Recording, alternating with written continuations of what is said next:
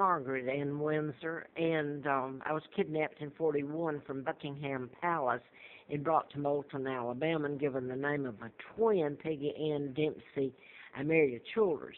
Both twins, Peggy and Carl Dempsey, were born out of wedlock to Lina Dempsey, and she killed them. The family here all covered it up. I didn't. This is me. They brought me over at. I was 2 years old in 1941. I was born in '39, and gave me the name of the twin. So this has been to tell what the United States has done to my country and to my mom and dad and to me and my family, the torture and the ransom paid by the British and my family. And this United States claim to fame is they're the defender of civil rights. I've never had one. I've been tortured all my life, and my children have. And can you imagine what my father and mother went through? So ransom money was paid to the United States, and I hope I live to see this whole thing told. I wrote about Mindcontrol Murders back in '76 to April Fool's Day of '80 when they put antifreeze in me in Atlanta, Georgia. It was Marietta. My kids were born there, and I lived there for a long, long time until the antifreeze was put in me. I'd written the book, MD: A License to Kill, which is unpublished. I lived at Moonraker Apartments in Marietta, and that's when Larry Flint was shot, and the person that shot him was programmed to shoot him and kill his attorney. So I was flown out later because one of the doctors, Larry McDonald, the congressman's plane was shot down by the Soviet Union when it veered into their airspace.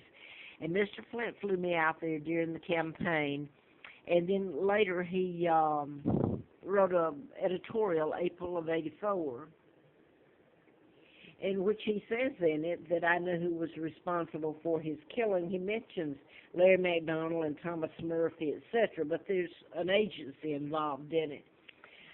Anyway, I wrote about Mindcontrol Murders, and the book is unpublished because I should have died with antifreeze in me, kidney shut down and gone into a coma, and it was a living hell. Instead, this woman, I didn't know till '83 my real name.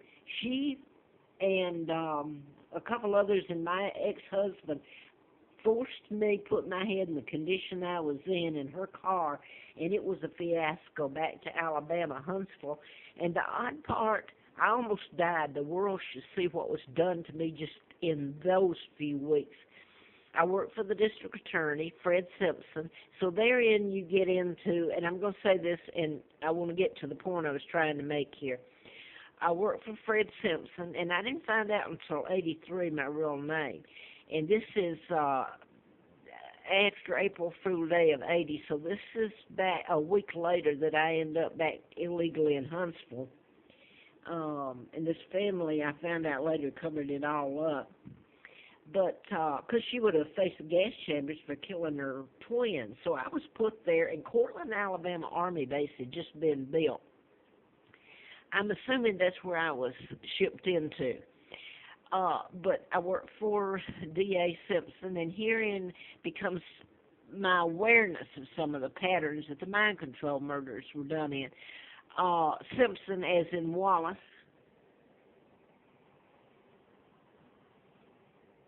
who actually married a double. She never married my father. It was all orchestrated, the takedown of a wonderful, honest man. My father was married to Claudia Ruth O'Keefe Windsor from Madison. And by the way, the D.A. Simpson, that's Madison County, Huntsville, Alabama, D.A. So you've got two of it right there. The next, it's like clues to my identity. And I lived at Warren House Apartments in Huntsville during this time. And that's a clue to it's cryptic, it's a part of the pattern, to the Kennedys, the JFK assassination, and mind control was used in that. But the point being, the Warren Commission covered it up because to tell about me and the takedown of my father and who my mother really is, and what's been done to me and my kids, the torture and the ransom and where it went here in this country, and the cover-up of Mindcontrol Murders. JFK, the connection there, I later found out, when I found out my name later on, JFK's father was appointed ambassador from 36 till I was kidnapped, well, 46, I was kidnapped in 41. My own Uncle George, who's illegal, became a party to my kidnapping and orchestrated the takedown of my father. Now, my father was married to a school teacher, Claudia Ruth O'Keefe from Madison, Wisconsin. So what I wanted, and this family all covered it up and kept trying to. When I did the book, they were afraid that the book, if it was published, would expose my real name, which I was writing about mind control. But they were afraid of it, and they tried to kill me all over again, and it never stopped.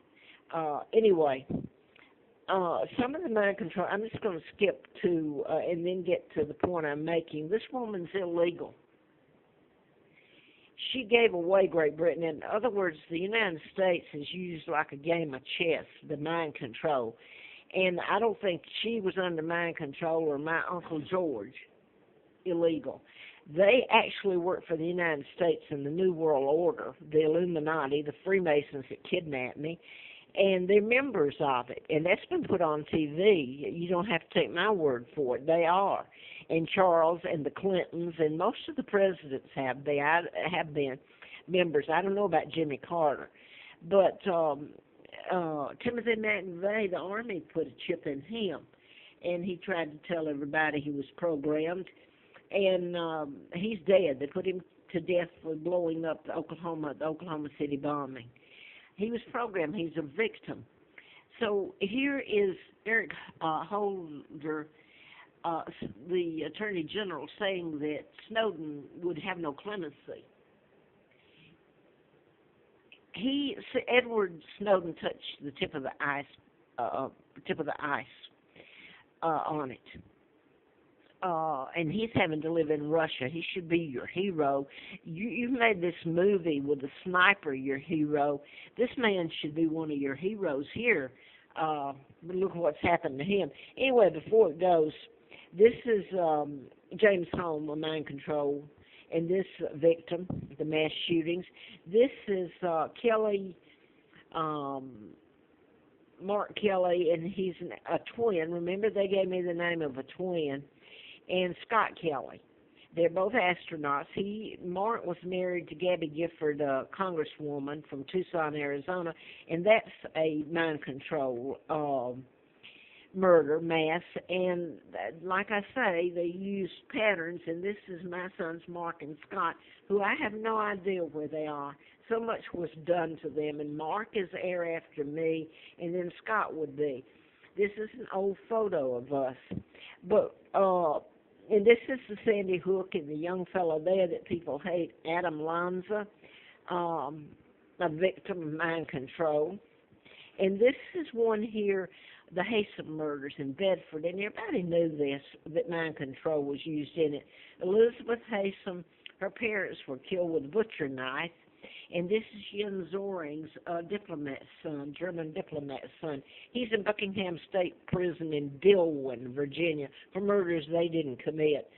Now then, while all these people go free, and the doctors, the psychiatrists, the people that know all this will not weigh in on it, they'd lock you up and give you psychotic drugs, just like they're doing him if you found out you were under mind control. It's invisible. So, you know. But Brian Williams, this is one of the real things I wanted to say now. Brian Williams, and he either has to have been put under mind control, and they can delete your memory, they can modify your behavior and program you to do anything to murder. The thing is, it is advanced to where they can program armies, and are doing that.